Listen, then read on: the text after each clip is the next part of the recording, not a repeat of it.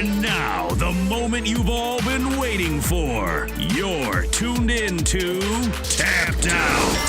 Hosted by Brendan Tobin and Sean Levine. Only on the BetQL network. Merab Dvalishvili came into this fight as a sizable underdog. More than a 2-1 dog taking on Piotr No Mercy Jan. And if you were listening the first hour, hopefully you put in a bet on Merab the Machine. Because right now, two rounds and change in, Brendan. And I keep watching this fight out of the corner of my eye as I'm also talking to you, and all I see is Merab laying punches, taking him down. It looks to me like he's dominated these first 2 rounds. Yeah, he looks good. I mean, you always got to be wary of Jan as fights go on because he is one of these guys who rarely gets stronger as the fight goes on. But, Merab looks very confident right now. Jan, I would say out of like one body shot, really hasn't hit Merab with anything that he's had to worry about or really been concerned about. And the thing that you wonder as this fight goes on, Merab always feels like he can just get his arms around Jan, put him up against the cage, run out some time. So, there's got to be some sense of urgency for Piotr Jan if you did put your money on him before the fight. And that's exactly what he's doing right now, just leaning his weight on him right now. Merab has his weight right on the back of Piotr Jan. We're about a couple of minutes left in round 3, and it's been all the machine so far.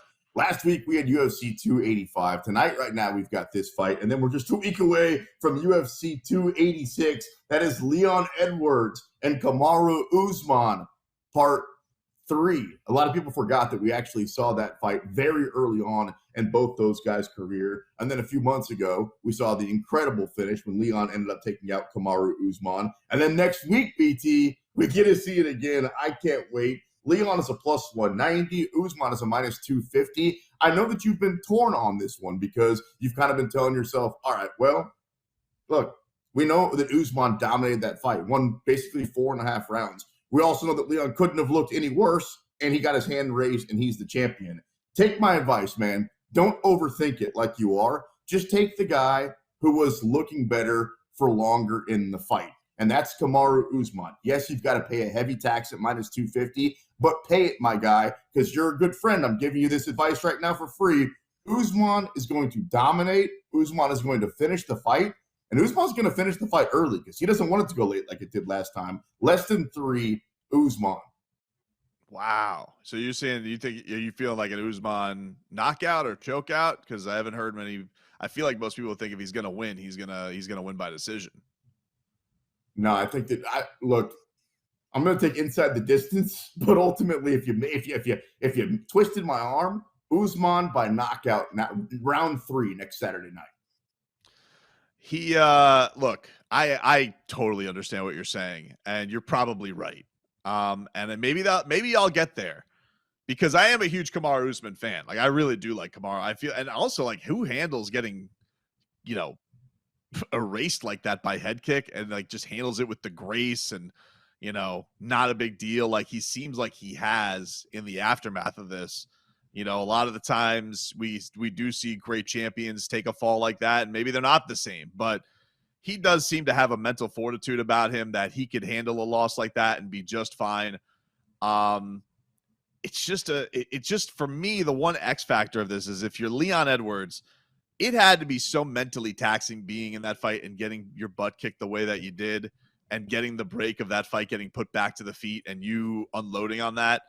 I just feel like you're going to go into this with so much less pressure on your shoulders, knowing that you were able to pull it out. So there's just that part of me that's like, well, what if we get this more relaxed, better version of Leon this time around?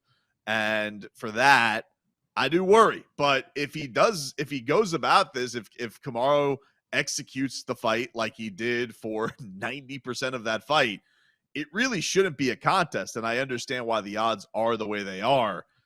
It's just, it's tough to say like, oh, he's just going to do it again because, of what we saw the last time around. Although that could be the Kamaru train coming through. If you've seen the pictures, both guys look absolutely chiseled right now. So it's not going to be a case of cardio or being in shape or going in deep waters. I mean, both those guys, Usman and Edwards, look absolutely incredible. I'm leaning heavy Usman, like I said. All right, in the co-main next Saturday night, an absolute banger. Justin Gaethje versus Rafael Fiziev.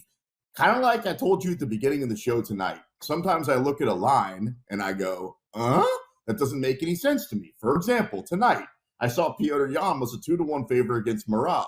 Right now, Merab is dominating Petr Yan. I'm not always right on these things, and I love me some Fiziev. But I thought Justin Gaethje should have at least got the respect of maybe being a slight underdog versus a plus 185. That's almost 2-1. That sounds too good to be true for the highlight. I gotta tell you, you and I had the same thought process coming into today's show on this, because I saw that, first time I had really looked at the odds for the fights for next week for Fiziev and Gaethje. I was really stunned to see that. And I think the biggest reason is, you have two great strikers here. It's a 3-round fight. That's like Justin Gaethje's playpen. That's where he loves to have fights. So, Fiziev, yeah, he looked super impressive his last time out against RDA. He proved a lot of things.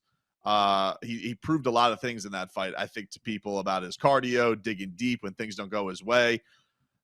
But we're talking about Justin Gaethje, who, you put him in fights against guys who are great strikers back and forth.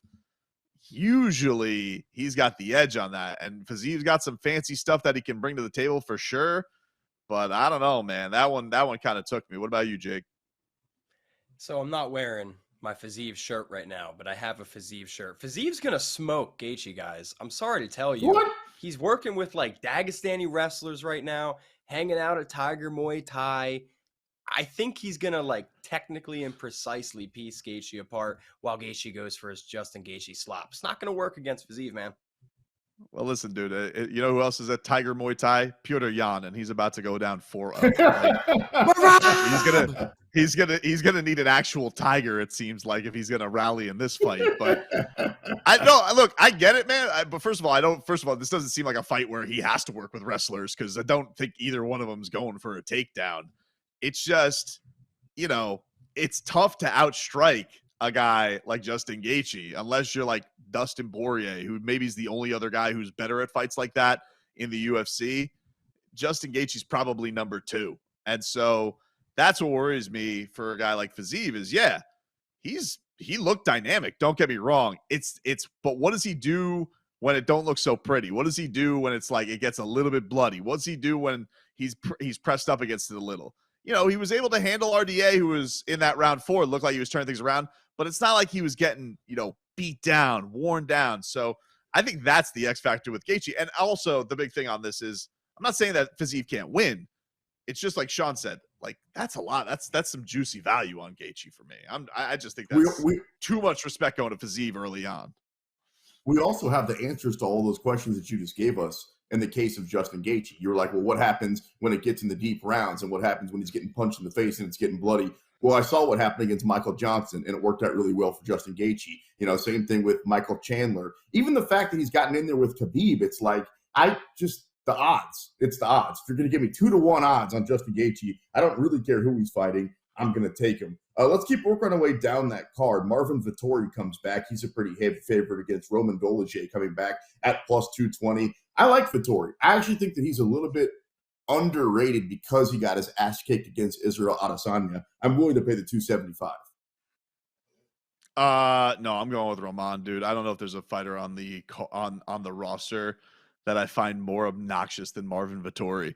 For a guy who talks as much bleep as he does and bores me to death with his fights, I mean, like, for God's sakes, like Jake is saying Sean Strickland in the chat, but at least Sean's giving us some entertaining. Yeah, but you know what? Patty's had some entertaining moments. Give me the most entertaining Marvin Vettori moment other than jawing at somebody in a hotel room. Like, I don't know, man. I don't know. Just Vettori, I can't put my money on him. I can't.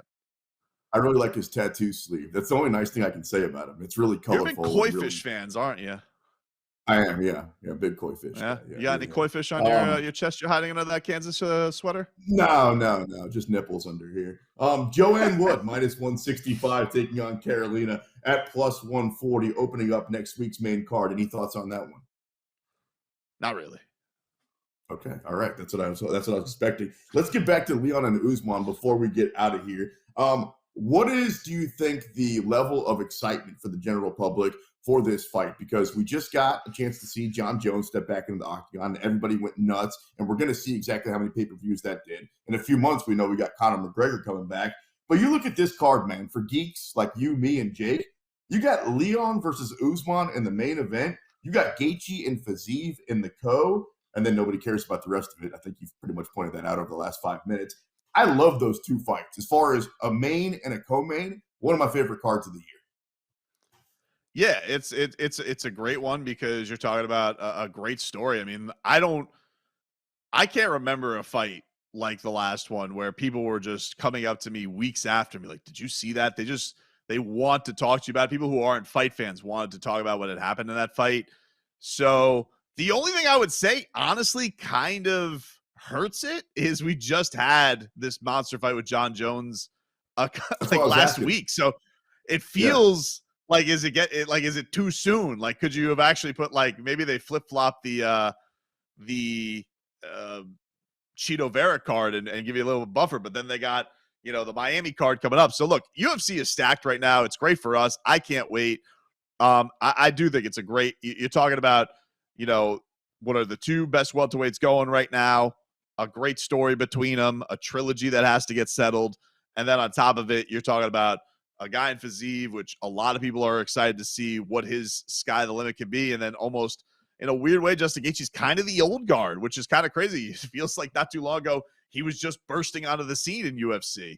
So I don't know, man. By the way, we're about to enter round 5, and Petr Yan can barely see out of his right eye. It's closed up badly. So he is taking a whooping in this one.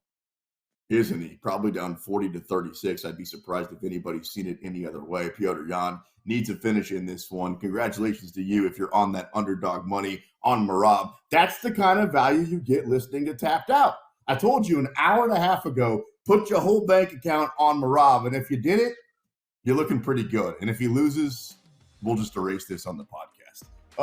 Thank you to my co-host, Brendan Tobin, everybody back in Chicago at BetQL, for my producer, Jake Noaker. I'm the sports machine, Sean Levine. Don't miss next week's show. Rumor has it we're going to have perhaps Justin Gaethje, perhaps Leon Edwards, I don't know, perhaps Kamaru Usman, maybe all three. You're locked into the BetQL network. Good night.